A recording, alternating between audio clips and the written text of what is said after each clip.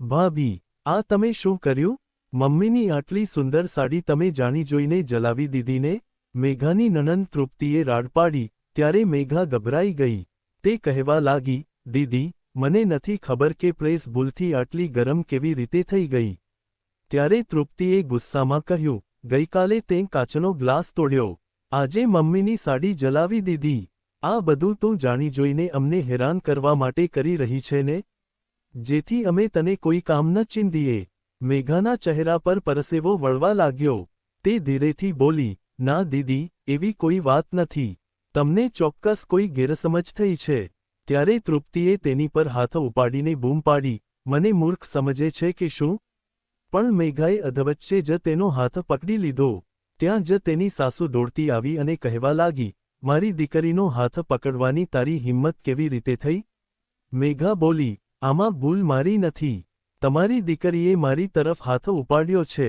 તેની સાસુ કહેવા લાગી, તારી જીભ હવે બહુ ચાલવા લાગી છે. આજે સાંજે રાજીવને ઓફિસથી આવવા દે.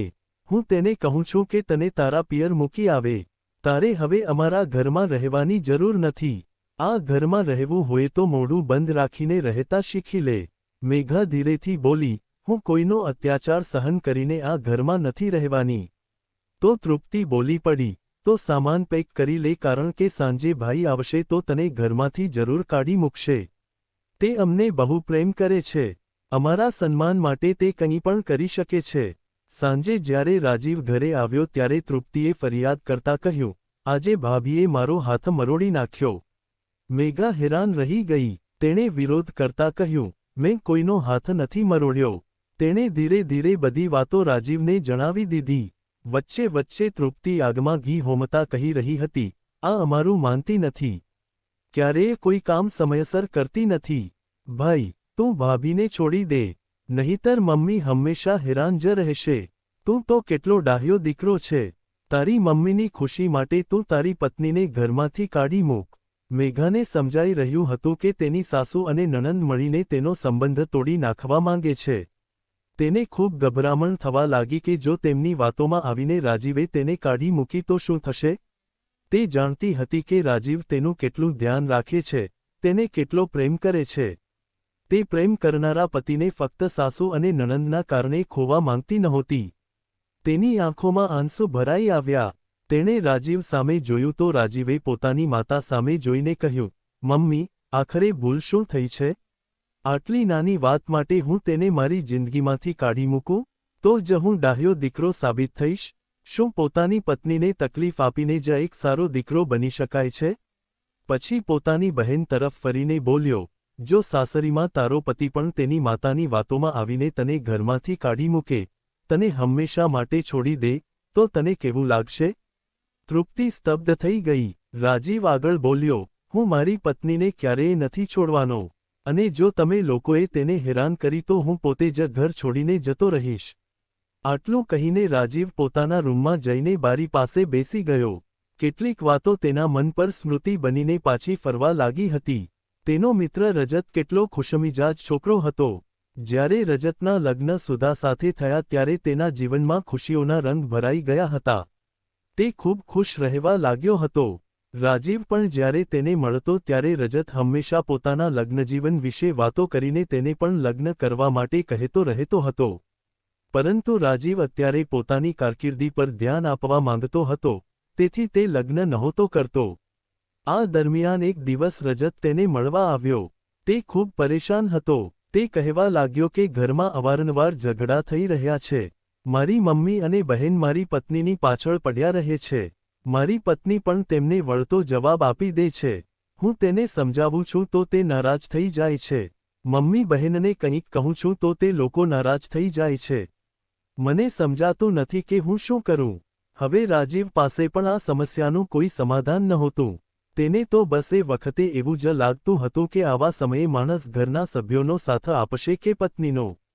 એક દિવસ રજત વિશે તેને ખબર પડી કે તેણે તેની પત્નીને ઘરમાંથી કાઢી મૂકી છે.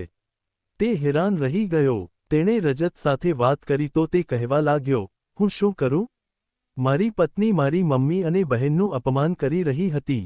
રાજીવ વિચારતો રહી ગયો કે આખરે પેલા લોકોએ પણ કંઈક કર્યું જ હશે. તેણે રજતને સમજાવ્યો કે પત્નીને ન છોડે, પરંતુ રજત પર ઘણું દબાણ હતું. તેની મમ્મી અને બહેન બધે જ એવું કહેતા ફરતા હતા કે અમારો રજત બહુ ડાહ્યો છે. તેણે મમ્મી અને બહેનના સન્માન ખાતર પોતાની પત્નીને છોડી દીધી છે.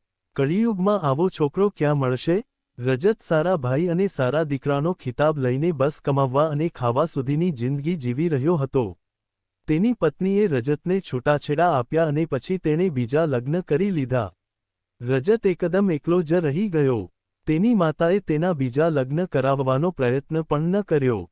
આ દરમિયાન જ્યારે બંને ભાઈઓમાં ભાગલા પડ્યા, ત્યારે તેની માતાએ રજતનો સાથ છોડીને મોટા દીકરા અને વહુ સાથે રહેવાનું પસંદ કર્યું, કારણ કે રજત સાથે રહેવાથી મોટાભાગનું કામ તેમને જ કરવું પડતું હતું. રજત બિલકુલ એકલો થઈ ગયો. ઉપરથી તેની માતાએ તેને મિલકતમાં કોઈ હિસ્સો પણ ન આપ્યો અને કહ્યું કે તારી તો પત્ની પણ નથી અને આગળ કોઈ બાળકો પણ નહીં હોય, તો તારે હિસ્સાનું શું કામ છે? આ બધી બાબતોથી રજત અંદરથી તૂટી ગયો હતો. હવે તેને સમજાઈ રહ્યું હતું કે તેણે તો પોતાની માતા અને બહેન ખાતર પત્નીને છોડી દીધી, પણ માતાએ તો પોતાના સુખ ખાતર દીકરાને જ છોડી દીધો. આજે એ માતા તેની સાથે કેમ નહોતી? તેને સુધા માટે પણ ખરાબ લાગતું હતું, કારણ કે સુધા તેને ખૂબ પ્રેમ કરતી હતી. તેણે પોતાની માતા અને બહેનની નજરમાં સારો સાબિત થવા માટે આટલી સારી પત્નીને છોડી દીધી હતી. હવે તેને સમજાતું હતું કે જે માતા આટલી સ્વાર્થી હોઈ શકે, તે વહુ સાથે કેટલો ખરાબ વ્યવહાર કરતી હશે કે મજબૂર થઈને તેની પત્નીએ અવાજ ઉઠાવવો પડતો હશે. તેને પસ્તાવો થતો અને તે રાજીવને બધું કહેતો. રાજીવ તેને દિલાસો આપતો અને સમજાવતો કે તું પણ બીજા લગ્ન કરી લે. પણ રજત ડિપ્રેશનનો શિકાર બની ગયો હતો અને હવે તે જીવવા જ નહોતો માંગતો. એક રાત્રે તેને હાર્ટ એટેક આવ્યો અને તે આ દુનિયા છોડીને ચાલ્યો ગયો. આખરે પત્નીને છોડીને અને આદર્શ દીકરા કે ભાઈનું મેડલ મેળવીને તેને શું મળ્યું?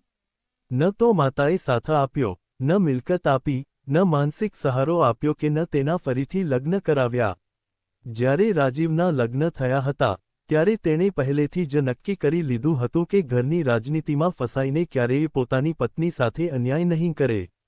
કારણ કે અંતે બાકીના બધા ભલે સાથ છોડી દે, પણ જો પત્ની સાથે સારો સંબંધ હોય તો પત્ની તો અંત સુધી સાથ આપે છે. બારી પાસે બેઠેલા રાજીવની આંખો અચાનક ભીની થઈ ગઈ. રજતનો હસતો ચહેરો, તેનો ધ્રુજતો અવાજ અને તે ખાલીપો એક પછી એક તેના મનમાં ઉતરવા લાગ્યા. જે મિત્રએ માતા અને બહેનના સન્માનના નામે પોતાની પત્નીને ખોઈ દીધી, એ જ મિત્ર અંતે બધું જ ગુમાવીને એકલો રહી ગયો. રાજીવના દિલમાં એક કસક ઉઠી કે જો આજે તેણે પણ એ જ રસ્તો પસંદ કર્યો હોત, તો કદાચ કાલે તેણે પણ કોઈ બારી પાસે બેસીને પોતાની જ જિંદગી પર રડવું પડત. તેની આંખોમાંથી ચૂપચાપ આંસુ ટપકવા લાગ્યા. આજે તેની સામે પણ એ જ પરિસ્થિતિ ઊભી હતી અને તેણે પોતાની પત્નીનો સાથ પસંદ કર્યો હતો, નહીં કે માતા અને બહેનની નજરમાં સારા બનવાનું. રાજીવ ભૂતકાળની યાદોમાં ડૂબેલો જ હતો કે ત્યાં જ તેણે પોતાના ખભા પર કોઈનો સ્પર્શ અનુભવ્યો અને ચમકીને પાછળ જોયું. તેની પત્ની આંખોમાં આંસુ સાથે ઊભી હતી. તે ગળગળા સાદે બોલી, "થેન્ક યુ. તમે મમ્મીજી અને દીદીની વાતોમાં આવીને મને ઘરમાંથી ન કાઢી." રાજીવ ઊભો થયો અને તરત જ તેને ગળે લગાડીને બોલ્યો, "કોઈના ખોટા બહેકાવવામાં આવીને હું મારી પત્ની સાથે અન્યાય ન કરી શકું. જો હું તારી સાથે ખોટું કરીશ, તો આગળ મારી સાથે પણ ક્યારેય સારું નહીં થાય." કહેતા કહેતા તેનો અવાજ ભરાઈ આવ્યો. મેઘા તેની વાતની ઊંડાઈ સમજી તો ન શકી, પણ તેના માટે તો બસ આટલું જ પૂરતું હતું કે આજે તેના પતિએ તેનો સાથ આપ્યો હતો. મિત્રો, સારો દીકરો કે ભાઈ બનવાનો અર્થ એ નથી કે પત્ની સાથે અન્યાય કરવામાં આવે. પરિવારની સાચી જવાબદારી એ જ નિભાવે છે જે સાચા અને ખોટા વચ્ચેનો તફાવત સમજે, દબાણમાં આવીને નહીં પણ ન્યાય અને પ્રેમ સાથે નિર્ણય લે. માતા પિતા અને બહેનનું સન્માન જરૂરી છે, પણ જીવનસાથીના સન્માન અને સુરક્ષાની કિંમતે નહીં. જે માણસ સમય પર પોતાના જીવનસાથીનો સાથ આપે છે, તે જ અંતે એકલો નથી પડતો અને તેનું જ જીવન સાચા અર્થમાં સંતુલિત અને સન્માનજનક બને છે. મિત્રો, જો વાર્તા ગમી હોય તો કોમેન્ટ જરૂર કરજો અને નવી વાર્તાઓ માટે કથા સંચય ચેનલને સબસ્ક્રાઇબ જરૂર કરજો. આભાર.